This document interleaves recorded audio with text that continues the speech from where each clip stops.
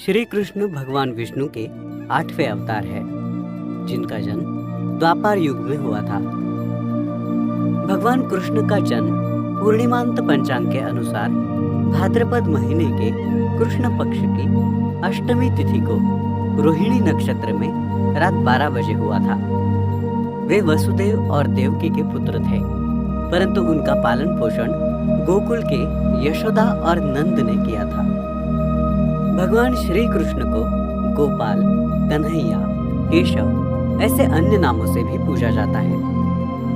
उनके जन्म से जुड़ी एक कथा भी प्रचलित है। आइए सुनते हैं ये कथा। मथुरा के ययाति वंश के राजा उग्रसेन के सबसे बड़े पुत्र थे कंस। वे इतने क्रूर थे कि उन्होंने अपने पिता को सिंहासन से उतारकर कारागार में डाल दिया और खुद को राजा घोषित कर दिया। उनकी एक चचेरी बहन थी जिसका नाम था देवकी। देवकी का विवाह यादव वंश के वसुदेव के साथ तय हुआ था। कंस क्रूर थे, परंतु अपनी बहन से उन्हें स्नेह था। जब देवकी और वसुदेव का विवाह हुआ, तब वे स्वयं सारथी बनकर उन्हें ससुराल छोड़ने निकले। परंतु तब अचानक एक आकाशवाणी हुई, जिसे सुनकर कंस की खुशी कुछ ही क्षणों में क्रोध में बदल गई।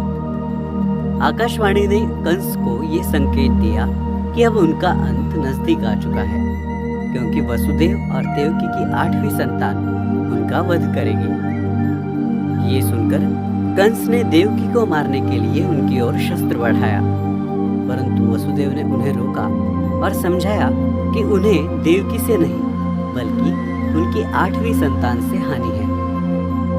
इसलिए उन्होंने कंस से ये वादा किया कि वो स्वयं अपने 8वें पुत्र को उनके हवाले कर देंगे।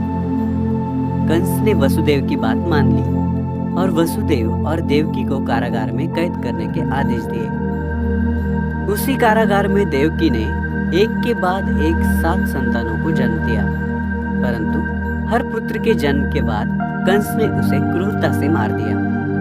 और फिर समय आया भगवान श्री कृष्ण के जन्म का। रात का समय था, तेज बारिश तूफान का संकेत दे रही थी।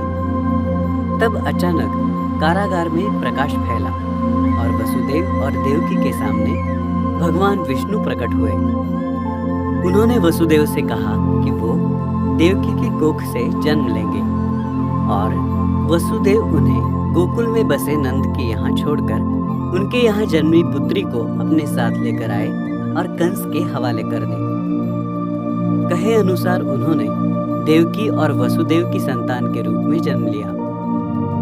वसुदेव ने उस शिशु को एक टोकरी में रखा। उसी क्षण चमत्कार हुआ।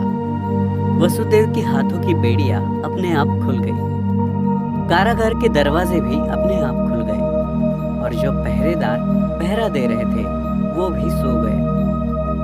तेज बारिश के कारण गोकुल का रास्ता कठिन था, परंतु उस बारिश से उनकी रक्षा शेषनाग ने की। उस रात यमुना नदी का पानी वसुदेव के मस्तक तक आ चुका था, परंतु जैसे ही नन्हे श्री कृष्ण का चरण स्पर्श नदी को हुआ, पानी का स्तर कम हुआ और वसुदेव को आगे जाने का मार्ग मिला।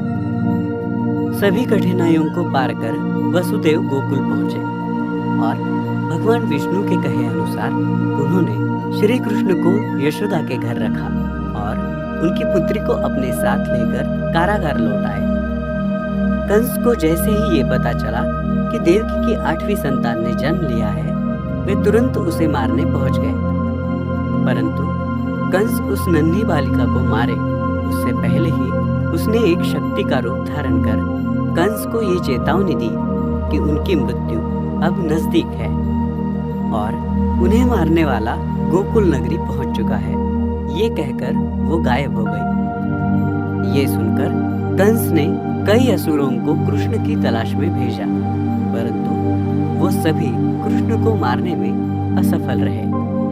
और ये इस बात का संकेत था कि पाप पर पुण्य की विजय की शुरुआत हो चुकी है।